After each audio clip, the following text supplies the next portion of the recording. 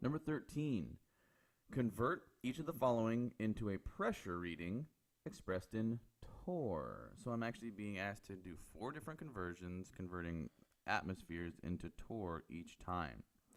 Well, I know I'm going to use the factor label method of dimensional analysis, so I might as well cancel out that unit that I'm given, because that's certainly not the unit I want my answer to be in.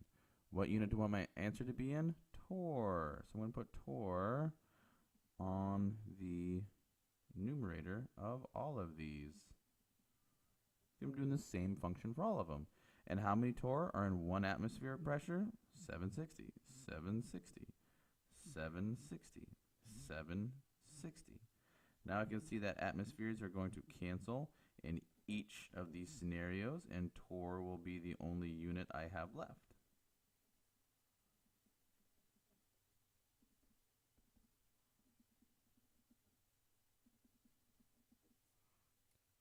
All right, factor label method of dimensional analysis.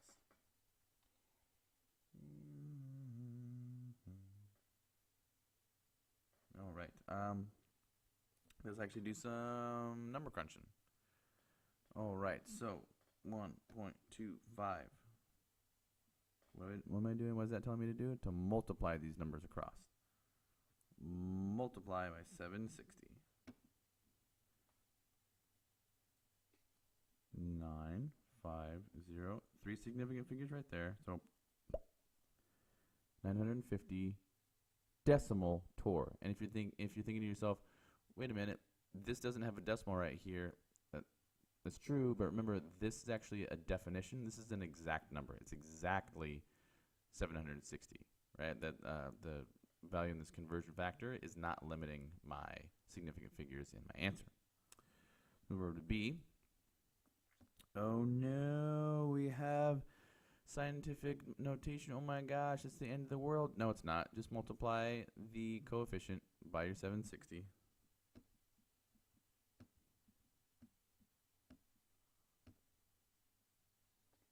And I get this great big number, okay?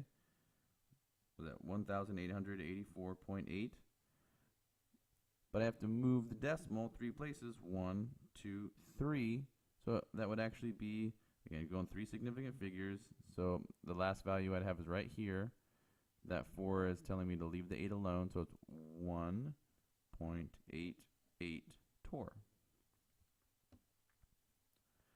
Then moving down here, I have another scientific notation, but let's stay calm. It's very simple. Let's type in the coefficient, multiply it by my 760, and what do I come up with? 3,610. But what do I do with, actually first let's do significant figures. 3 significant figures right there. Again, that's exact, so it doesn't limit the significant figures.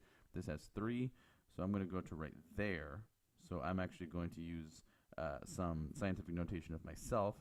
3.61 times 10.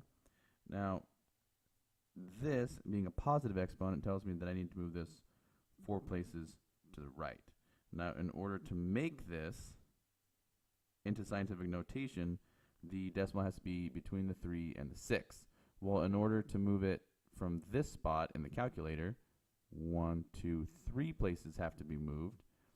But don't forget about these 4, so I'm actually moving it 7 places. So my answer is 3.61 times 10 to the 7th torr. Again, I highly suggest that you do not, if you're using just a little calculator like this, a little cheapo from the dollar store, don't bother typing in your exponent into the calculator. Right? It can work, but it's just an unnecessary step.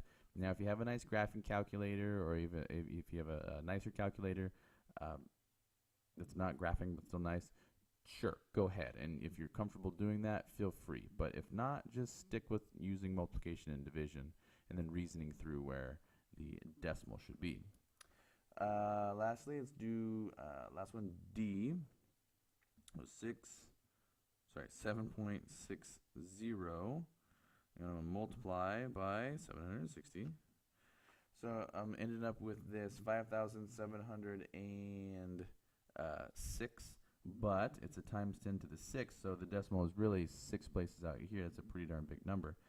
And again, to have this in scientific notation, I would have to move this 3 places to the left so that the decimal would be between the 5 and the 7.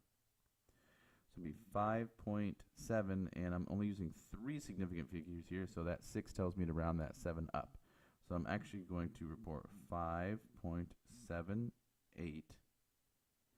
I have to move the decimal 3 places on the calculator, plus this 6.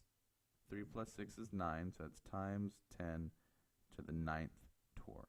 5.78 times 10 to the 9th torr. All right, let's not forget to box out each of our answers. I know my scientific notation was a little bit sloppy, but that's okay. You're not being graded on penmanship. As long as I can tell what you're trying to do, you are A-OK.